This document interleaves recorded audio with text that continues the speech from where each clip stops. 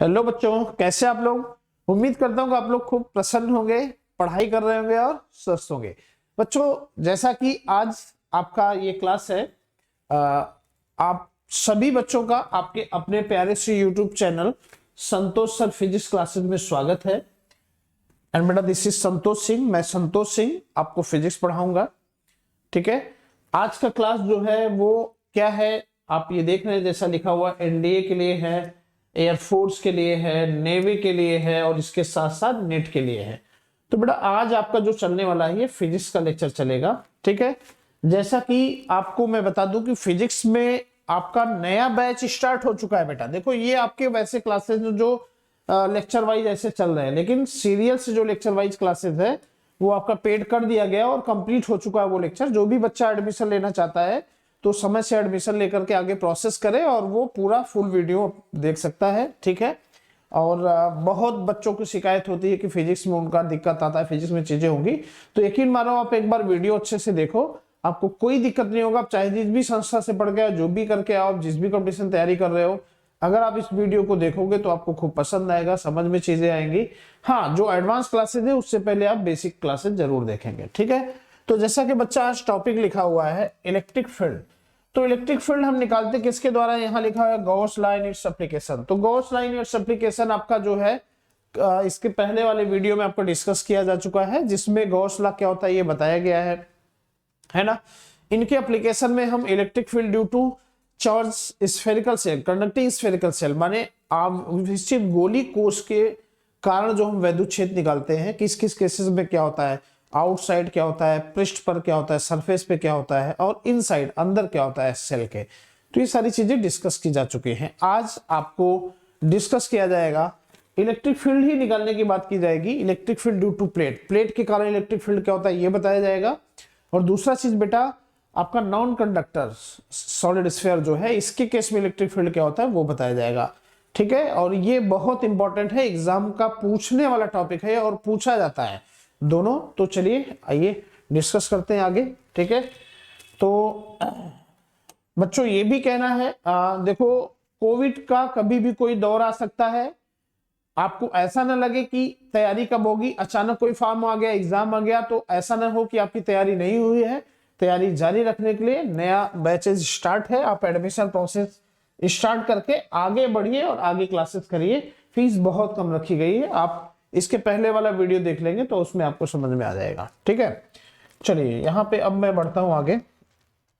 अगला टॉपिक आपका जो होगा, देखो बच्चा, ये होगा आपका यहाँ पे ये। ठीक है। अच्छा, अब देखो बेटा, यहाँ पे एक चीज मैं बता दूं कि हम ये जानते हैं, सबसे पहले हम इस टॉपिक को एक्सप्लेन करने से पहले आपको कुछ चीज बता दूं। जैसा कि आपने पढ़ा था कि कोई कंडक्टिंग स्फेरिकल सेल है, चालक गोली कोष है, तो इसका मतलब क्या होता है, जब कोई कंडक्टर होता है तो उस पर जो चार्ज होता है या जो आवेश होता है वो उसके आउटर सरफेस पे, बाहरी पृष्ठ पे बराबर रूप से बटा होता है। माने charge on conductor be equally distributed on the surface of conductor, माने जो आवेश होता है वो किसी चालक के बाहरी पृष्ठ पर बराबर रूप से बढ़ता है और अंदर कोई भी चार्ज नहीं होता है। ये आपको स्फेरिकल सेल में मैंने बताया था, माने आवेश सभी जगह बराबर होता है। कुल मिलाकर के यही कहना है।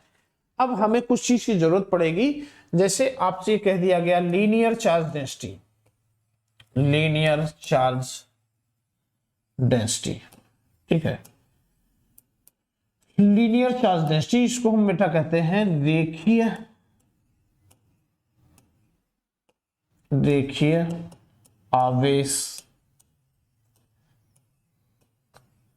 घनत्व।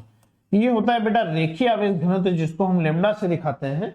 और ये होता क्या है, ये होता है चार्ज, चार्ज को कहते हैं हिंदी में आवेश, अपॉन लेंथ, लेंथ को कहते हैं बच्चा लंबाई। तो जब आपका आवेश दिया जाए और लंबाई दिया जाए, आपसे पूछ लिया जाए रेखीय आवेश घनत्व तो क्या होगा, तो आप इस फार्मूले में रखेंगे, रिजल्ट आपका आ जाएगा। चार्ज और लेंथ दिया जाए तो इस तरह से सॉल्व करते हैं। दूसरा चीज आपका यहां पे हो जाता है, आपका आ जाएगा surface charge density, surface charge density. ठीक है बेटा, देखो सरफेस चार्ज डेंसिटी को हम सिग्मा से दिखाते हैं, इसको हम हिंदी में कहते हैं पृष्ठ आवेश घनत्व। ये बेटा आपका पृष्ठ आवेश घनत्व होता है, इसको सिग्मा से दिखाते हैं और इसका वैल्यू होता है आवेश अपान एरिया, सरफेस एरिया, चार्ज अपान सरफेस एरिया, चार्ज अपान सरफेस एरिया। ठीक है, सरफेस एरिया को हम हिंदी में कहते हैं पृष्ठ क्षेत्रफल। चार्ज को आप जानते हैं, चार्ज का मतलब होता है आवेश। और तीसरा जो डेंसिटी होता है वो होता है volume charge, volume charge density. ये आपका होता है, इसको हम कहते हैं आयतन आवेश घनत्व, आयतन आवेश घनत्व। बेटा देखो आपका ये आयतन आवेश घनत्व होता है और इसको हम रो से दिखाते हैं। ये होता है आपका चार्ज अपन वॉल्यूम, आवेश बटे आयतन होता है। ठीक है, ये होता है चार्ज अपन वॉल्यूम, आवेश बटे आयतन होता है, इसको हम दिखाते हैं रो से। तो इस तरह की चार्ज डेंसिटी होती है। ठीक है, आप इनको अच्छे से देख सकते हैं, इस तरह का ये चार्ज डेंसिटी होता है। और बच्चा आप ये जान लो कि जिस तरह से कंडक्टर में सभी पॉइंट्स पर चार्ज इक्वल होता है, उसी तरह से नॉन कंडक्टर में, कुचालक में आयतन आवेश घनत्व, वॉल्यूम चार्ज डेंसिटी सभी जगह पे बराबर होता है। ये कॉन्सेप्ट आपको जानना है और आगे इसका यूज भी किया जाएगा। ठीक है, तो आप ये जान लो कि ये चीजें इंपॉर्टेंट होती हैं। ठीक है, माने जिस तरह से चालक में सभी पॉइंट्स पर आवेश बराबर होता है बाहरी पृष्ठ पर, उसी तरह से कुचालक गोले में आयतन आवेश घनत्व अंदर बाहर सभी जगह क्या होता है, बराबर होता है। ठीक है, चलिए आइए इसके बाद हम अगला मेन टॉपिक डिस्कस करते हैं, जो हेडिंग था आपका। ठीक है, तो बच्चों देखो मेन टॉपिक आपका था यहाँ पे ये था electric field, electric field due to non conducting sphere, sphere. बेटा स्फेयर का मतलब होता है गोला, इसको हम कहते हैं अचालक, अचालक गोले के कारण, अचालक गोले के कारण वैद्युत क्षेत्र। बेटा देखो ये आपका अचालक गोले के कारण वैद्युत क्षेत्र होता है और इस तरह से ये चीजें हैं। ठीक है, अब बेटा देखो इसमें हमने मान लिया कि पहला पॉइंट ये हमारा अचालक गोला है। ठीक है, ये नॉन कंडक्टर है और इसका रेडियस हमने मान लिया है कैपिटल आर है। इस पर बेटा यहां पर मान लिया Q1 चार्ज है, यहां पर Q2 चार्ज है, यहां पर Q3 चार्ज है, क्योंकि जो कुचालक बॉडी होता है उसमें चार्ज अलग अलग जगह पर होता है, अलग होता है। हमने मान लिया इस टोटल बॉडी पर कुल चार्ज Q है और यहां से स्मॉल r डिस्टेंस पे कोई ऑब्जर्वेशन पॉइंट है P, इस पॉइंट पर हमें इलेक्ट्रिक फील्ड निकालना है, वो मान लिया O है।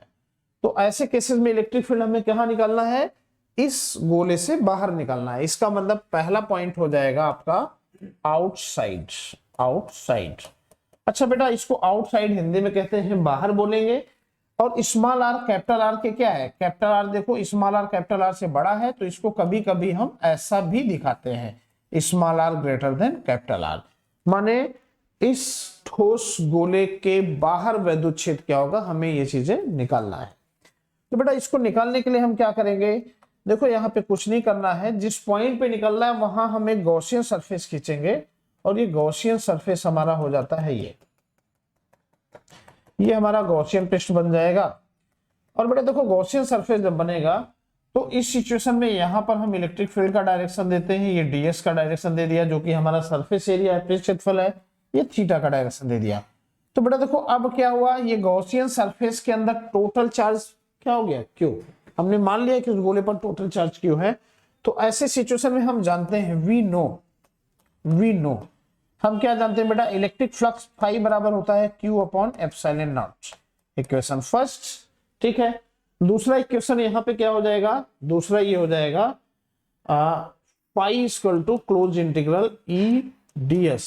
ठीक है, E डॉट ds होता है तो E ds cos थीटा होगा, जो कि इलेक्ट्रिक फील्ड इसके परपेंडिकुलर है और सरफेस एरिया ds परपेंडिकुलर होता ही है, तो थीटा 0 होगा, ये पैरेलल हो जाएगा तो आपका एडीएस होगा। ये हो गया इक्वेशन सेकंड। अच्छा बच्चा देखो यहाँ पे फाई बराबर क्यू अपॉन एप्सिलॉन 0 है और यहाँ पे फाई बराबर क्लोज इंटीग्रल डॉट डीएस है। दोनों को कंपेयर कर देंगे तो क्या हो जाएगा, यहाँ हो जाएगा close integral E D S equal to Q upon epsilon 0। अच्छा बच्चा ये हो जाएगा। अब ऐसे सिचुएशन में क्या करेंगे, इलेक्ट्रिक फील्ड निकालना है तो ई हो गया क्लोज इंटीग्रल डीएस कर देंगे, ये close integral DS equal to Q upon epsilon 0। अच्छा ऐसे सिचुएशन में क्या होगा, डीएस क्या है, सरफेस एरिया, पृष्ठ क्षेत्रफल होता है, और किसी गोले का पृष्ठ क्षेत्रफल क्या होता है 4 पाई आर स्क्वायर। आर क्या होता है, गॉसियन सरफेस का देखेंगे तो गॉसियन सरफेस का रेडियस क्या है बच्चा, ये है गॉसियन सरफेस वाला गोलाकार ये है। तो यहाँ पे हो जाएगा इलेक्ट्रिक फील्ड इंटू हो जाएगा 4 pi small R square equal to Q upon epsilon 0। तो बच्चा यहाँ पे हम ये लिख सकते हैं कि इलेक्ट्रिक फील्ड यहाँ पे आ जाएगा E इक्वल टू आ जाएगा Q upon 4 pi epsilon 0 R square. तो इसका मतलब किसी ठोस अचालक गोले के बाहर जो वैद्युत क्षेत्र होता है बच्चा, वो होता है आपका E equal to Q upon 4 pi epsilon 0 R square. ये केस आपने वहां भी पढ़ा था। दूसरा केस अगर ये हम डिस्कस करें, यहाँ पे ये चीजें डिस्कस किया जाए, दूसरा अगर ये कह दिया जाए एट द सरफेस पृष्ठ पर, माने इस गोले के पृष्ठ पर, पृष्ठ का मतलब ये ऑब्जर्वेशन पॉइंट जो आपने यहां लिया है, इसको अगर आप यहां कर देंगे तो ऐसे सिचुएशन में क्या हो जाएगा बच्चा, स्मॉल आर कैपिटल आर बराबर हो जाएगा। तो ऐसे सिचुएशन में आपका ये चेंज हो जाएगा सारी चीजें। तो यहाँ पे क्या हो जाता है, स्मॉल आर और कैपिटल आर दोनों बराबर हो जाएगा। तो आप इस फॉर्मूले में रखोगे तो इलेक्ट्रिक फील्ड ई बराबर हो जाएगा Q upon 4 pi epsilon 0 capital R square. तो बेटा देखो सरफेस पर या पृष्ठ पर आपका जो होता है इलेक्ट्रिक फील्ड ये होता है, और आउटसाइड ये होता है, जहां पे स्मॉल आर क्या है, ऑब्जर्वेशन पॉइंट तक का डिस्टेंस है। जिस पॉइंट पे हम वैद्युत क्षेत्र निकालते हैं वहां तक की दूरी है, कहां से है, इस सेंटर से है, इस ओ से है। ठीक है बेटा, चलिए तो कुल मिलाकर के इनका ये चीजें हैं। तो अभी तक हमने क्या क्या देख लिया, अभी तक हमने देख लिया कि आउटसाइड अगर हम इलेक्ट्रिक फील्ड निकालते हैं किसी नॉन कंडक्टिंग स्फीयर में, अचालक गोले में, तो हमारा इलेक्ट्रिक फील्ड आता है Q अपॉन 4 पाई एप्सिलॉन 0। और बच्चा ये दिखाता है कि इलेक्ट्रिक फील्ड इनवर्सली प्रोपोर्शनल होता है ऑब्जर्वेशन पॉइंट के स्क्वायर के, आर स्क्वायर के। ठीक है, अब इसमें तीसरा केस सबसे इंपॉर्टेंट होता है। तो इनका सारा चीज ये है, आपको इस पे अगर स्क्रीनशॉट लेना है तो आप इनका स्क्रीनशॉट ले लीजिए, फिर इसके आगे बढ़ते हैं। आप इनका स्क्रीनशॉट ले लो बेटा, ठीक है, फिर हम आगे बढ़ते हैं। चलिए अब देखो ऐसे सिचुएशन में क्या हो जाएगा, ऐसे सिचुएशन में हम थर्ड केस डिस्कस करते हैं। सेकंड केस तक हो गया, थर्ड केस ही डिस्कस करते हैं। थर्ड केस ही हो जाएगा बच्चा आपका, थर्ड केस है ये तीसरा, इनसाइड स्फीयर। इनसाइड स्फीयर माने ये कह दिया गया है गोले के अंदर, माने गोले के अंदर। बेटा ये हो गया है गोले के अंदर। गोले के अंदर का मतलब क्या हो गया, यहाँ पे अगर हमने मान लिया ये सॉलिड स्फीयर है, इस पर टोटल चार्ज Q है, और इसका जो है यहां से आपका ये रेडियस कैपिटल R है, ये पॉइंट है O, हमने मान लिया इसका ऑब्जर्वेशन पॉइंट P यहां पर हो गया। अब बच्चा देखो ऑब्जर्वेशन पॉइंट P अंदर हो गया, तो ऐसे सिचुएशन में क्या होगा, हम ऐसे सिचुएशन में हम इस पॉइंट P पर क्या करेंगे, इलेक्ट्रिक फील्ड निकालने के लिए गॉसियन सरफेस खींचेंगे। तो इस पर गॉसियन सरफेस हमारा क्या होगा, डॉट डॉट लाइन ये हो गया। अब बच्चा अच्छा अगर हमने ये मान लिया कि इसके अंदर जो चार्ज है वो Q डैश है टोटल, ठीक है, और यहाँ पे मान लिया Q1 चार्ज है, यहाँ पे Q2 चार्ज है, टोटल सरफेस पे जो चार्ज है वो क्या है, Q है, और यहां से यहां तक की जो दूरी है वो है स्मॉल r। तो ऐसे सिचुएशन में क्या होगा, यहां पर एक इलेक्ट्रिक फील्ड और ds का डायरेक्शन होगा, ये थीटा होगा। तो बच्चों हम जानते हैं यहाँ पे क्या हो जाएगा, वी नो, हम जानते हैं फाई बराबर क्या होता है, Q अपॉन एप्सिलॉन 0। ये हो गया इक्वेशन फर्स्ट। ये किसका नियम है, गॉस का नियम है। ठीक है, दूसरा चीज बच्चा इससे क्या हो जाएगा, इससे हो जाएगा फाई इक्वल टू क्या हो जाएगा, ध्यान दो बच्चे, फाई इक्वल टू इस गॉसियन सरफेस के अंदर टोटल चार्ज क्या है, Q डैश है। तो यहाँ पे क्या हो जाएगा आपका, गॉसियन सरफेस लेना है तो फाई डैश बराबर हो जाएगा Q डैश अपॉन एप्सिलॉन 0। ठीक है, हम ये गॉसियन सरफेस का ले रहे हैं, तो गॉसियन सरफेस से टोटल चार्ज हमने मान लिया है Q डैश है। तो अब ऐसे सिचुएशन में क्या हो जाएगा बेटा, पाई बराबर एक दूसरा फार्मूला होता है क्लोज इंटीग्रल ई ds, ये भी होता है। तो इन दोनों को अगर हम कंपेयर कर देंगे बच्चा, तो कंपेयर करने के बाद ये आ जाएगा कि close integral E ds equal to Q dash upon epsilon not. तो इलेक्ट्रिक फील्ड और इनटू इसकी जगह हो जाएगा close integral ds equal to Q dash upon 4 pi epsilon 0। ds क्या है? सरफेस एरिया है, पृष्ठ क्षेत्रफल है। किसका? इस गोले का। तो गोले का पृष्ठ क्षेत्रफल क्या होगा? इसका रेडियस स्मॉल r है, तो इसका सरफेस एरिया हो जाएगा E into 4 pi small r square equal to Q dash upon epsilon not. तो इलेक्ट्रिक फील्ड हो गया आपका Q dash upon 4 pi epsilon 0 r square. ये हो गया हमारा सेकेंड हेडिंग हो गया, ठीक है, सेकेंड है, ये इंपॉर्टेंट फार्मूला हो गया। बच्चों इसमें इलेक्ट्रिक फील्ड आप कैसे निकाल पाओगे? अब ध्यान दो, आपको दे दिया जाएगा पूरे कुचालक गोले पे टोटल आवेश इतना है, तो इलेक्ट्रिक फील्ड बताइए इन साइड में। तब क्या करोगे? यहाँ पे तो क्यू डैश हमने अंदर का मान लिया, तो आप क्या करेंगे? क्यू डैश को हम क्यू के टर्म में रिप्लेस करेंगे। तो कैसे करेंगे हम? बेटा देखो इसको ऐसे करेंगे, ठीक है, ये बहुत इंपॉर्टेंट है आपका, ठीक है। ऐसे करेंगे, हमने मान लिया कि बड़े वाले गोले का आयतन आवेश घनत्व volume charge density rho B हो गया और छोटे वाले का रो एस हो गया। तो हमने क्या बताया था? चूंकि अचालक गोले में दोनों का आयतन आवेश घनत्व क्या होता है? बराबर होता है। और बच्चों जब आयतन आवेश घनत्व बराबर होगा तो यहां पे हम लिखेंगे rho B equal to rho S. तो इसका मतलब ये क्या हो जाएगा? आवेश बटे आयतन 4/3 पाई कैपिटल आर क्यूब। ये बराबर क्या हो जाएगा? इसकी जगह आवेश हो जाएगा क्यू डैश अपन आयतन हो जाएगा 4/3 पाई स्मॉल आर क्यूब। तो बेटा देखो यहाँ पे 4/3 पाई से पाई कट जाएगा, तो ये दिखाएगा आपका क्यू डैश इक्वल टू क्या हो जाएगा? देखो आपका ये कट जाएगा और ये इससे कट जाएगा, तो क्यू डैश बराबर क्या हो जाएगा? Q small R cube upon capital R cube, ये आ जाएगा। तो बेटा देखो क्यू डैश आपसे कभी पूछे एग्जाम में तो इसको कर देंगे ऐसे, यहाँ का ये वैल्यू पुट करके इसमें कर दीजिए, इसमें रखेंगे इलेक्ट्रिक फील्ड ई बराबर यहाँ पे हो जाएगा देखो क्यू डैश की जगह रख देंगे क्यू आर क्यूब, तो यहाँ पे हो जाएगा क्यू अपॉन 4 पाई एप्सिलॉन 0। अब देखो आर क्यूब नीचे ही रहेगा, यहाँ पे क्या है? आर क्यूब है, यहाँ पे आर स्क्वायर है, तो स्क्वायर कटेगा तो ये क्या हो जाएगा? ये हो जाएगा। इसका मतलब इलेक्ट्रिक फील्ड इनसाइड जो होता है वो होता है Q R upon 4 pi epsilon 0 R cube. या आप कह सकते हो कि इलेक्ट्रिक फील्ड जो होता है वो डायरेक्टली प्रोपोर्शनल होता है ऑब्जर्वेशन पॉइंट के डिस्टेंस के। माने इलेक्ट्रिक फील्ड ऑब्जर्वेशन पॉइंट के डिस्टेंस के डायरेक्टली प्रोपोर्शनल होता है। ये किसमें होता है? अचालक गोले में। जबकि चालक सेल में क्या होता है? या हालो सॉलिड स्फीयर में क्या होता है? 0 होता है। जबकि प्योर सॉलिड स्फीयर में जो हालो नहीं है या अचालक गोला है उसके केस में इलेक्ट्रिक फील्ड क्या हो रहा है? आर के डायरेक्टली प्रोपोर्शनल हो रहा है। तो आपका ये कॉन्सेप्ट होता है। अब बच्चों देखो इस सिचुएशन में हम क्या करेंगे? इस सिचुएशन में आपका देखो यहाँ पे सारी चीजें ये है, इसका मतलब हमें ये रिजल्ट पता चल गया है कि किस केस में क्या होता है। तो अब देखो यहाँ पे थोड़ा सा एक चीज हम करने जा रहे हैं, यहाँ पे ग्राफ खींचने जा रहे हैं, ठीक है। तो ये चीजें हैं, ठीक है। अब बच्चों देखो यहाँ पे हमने आपको बता दिया है कि इलेक्ट्रिक फील्ड जो होता है, अगर हम इलेक्ट्रिक फील्ड में और ऑब्जर्वेशन पॉइंट में ग्राफ खींचे और यहां ये मान लिया नॉन कंडक्टिंग बॉडी का रेडियस है और इस पॉइंट पे इलेक्ट्रिक फील्ड मान लिया आपका यहाँ पे है, तो ये है। तो ऐसे सिचुएशन में क्या होता है बेटा? इनसाइड इलेक्ट्रिक फील्ड क्या है आपका? इनसाइड इलेक्ट्रिक फील्ड आपका E directly proportional to R है और इसका फार्मूला होता है Q R upon 4 pi epsilon 0 R cube. तो इसका मतलब जब डायरेक्टली प्रोपोर्शनल है तो यहाँ का ग्राफ ये स्ट्रेट लाइन आएगा, क्योंकि डायरेक्टली प्रोपोर्शनल का ग्राफ ये होता है, ठीक है। अब बच्चों इसके बाद ये तो हो गया रेडियस, इनका हो गया, रेडियस हो गया यहाँ तक का।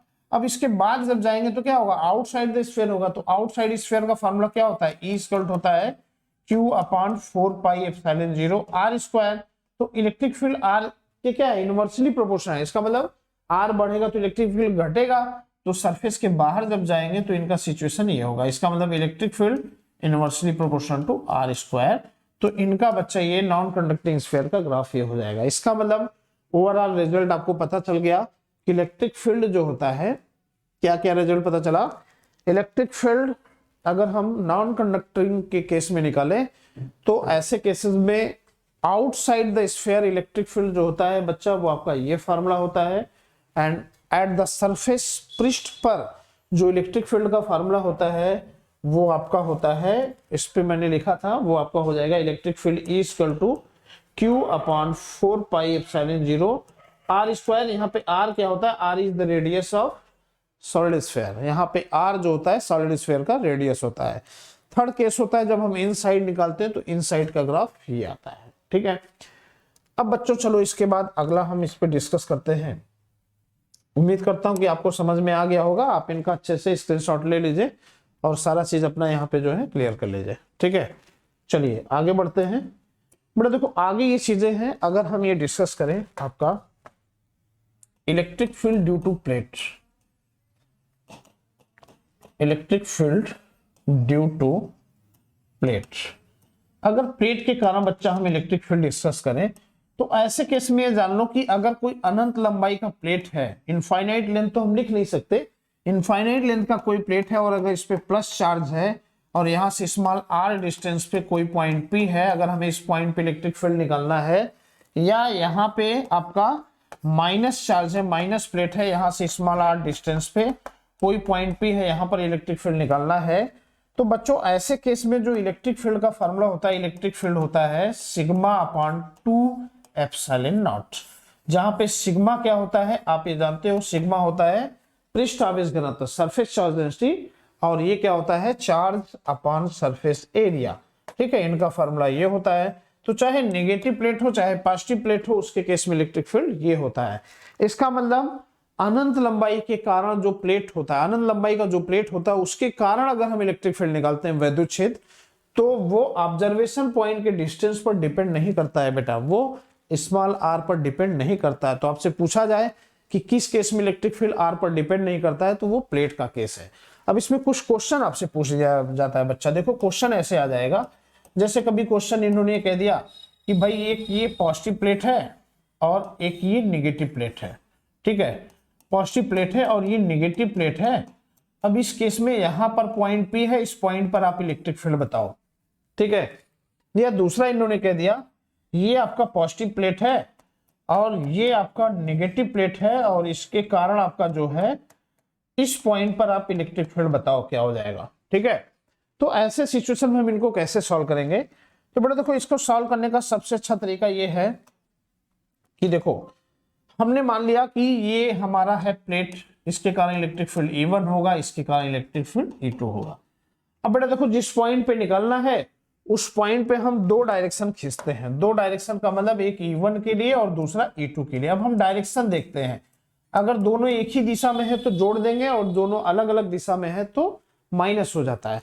अच्छा देखो ये पॉजिटिव प्लेट है, पॉजिटिव प्लेट का इलेक्ट्रिक फील्ड E1 है, अब हम इसका निकालते हैं डायरेक्शन क्या होगा, तो इसको हम ढक देंगे। अगर इसको हम ढक देंगे बच्चा तो क्या हो जाएगा, आप देखो अगर इसको हम ढक देते हैं, ये पॉजिटिव प्लेट है तो इलेक्ट्रिक फील्ड क्या होता है हमेशा पॉजिटिव प्लेट से दूर जाता है और नेगेटिव फील्ड की तरफ जाता है, माने वैद्युत बल लेखा हमेशा पॉजिटिव से दूर जाता है और नेगेटिव की तरफ आता है। Electric lines of force always move away from positive plate and towards the negative plate.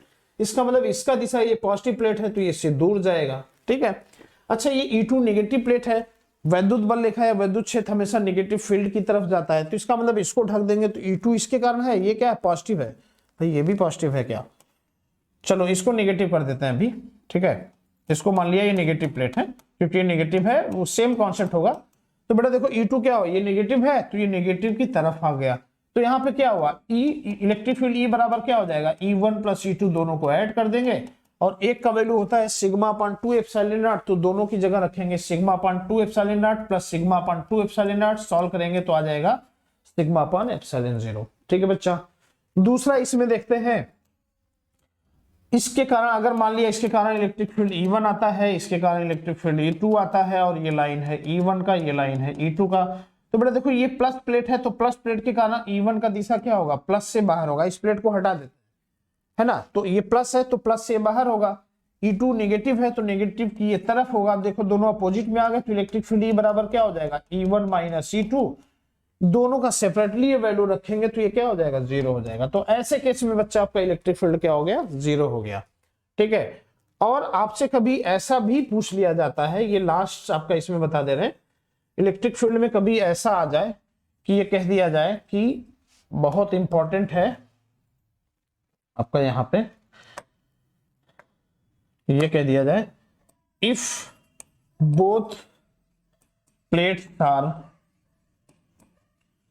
Perpendicular, माने अगर कह दिया जाए दोनों प्लेट एक दूसरे से लंबवत हैं तब क्या हो जाएगा। तो बेटा देखो, एक जैसे आपको मान लिया पॉजिटिव प्लेट है और इसके परपेंडिकुलर में एक आपका नेगेटिव प्लेट रख दिया गया, यहाँ पे ऑब्जर्वेशन पॉइंट पे आपको निकलना है। तो क्या होगा, हमने मान लिया इसका इलेक्ट्रिक फील्ड E1 है, तो E1 पॉजिटिव से क्या होता है, दूर जाएगा। देखो ये हो जाएगा, इसको हम ऐसे करते हैं तो E1 इससे क्या होगा, दूर जाएगा, है ना। और E2 क्या होगा, इसके नेगेटिव की तरफ आएगा, E2 इधर आएगा, तो ये रिजल्टेंट E किधर हो गया, इधर हो गया, और E1 आपका क्या हो गया, इधर हो गया। तो ऐसे केस में E बराबर क्या हो जाएगा बच्चा, अंडर रूट हो जाएगा E1 square plus E2 square. ठीक है, अब E1 E2 का वैल्यू इसमें पुट करेंगे तो आ जाएगा sigma upon under root 2 epsilon not.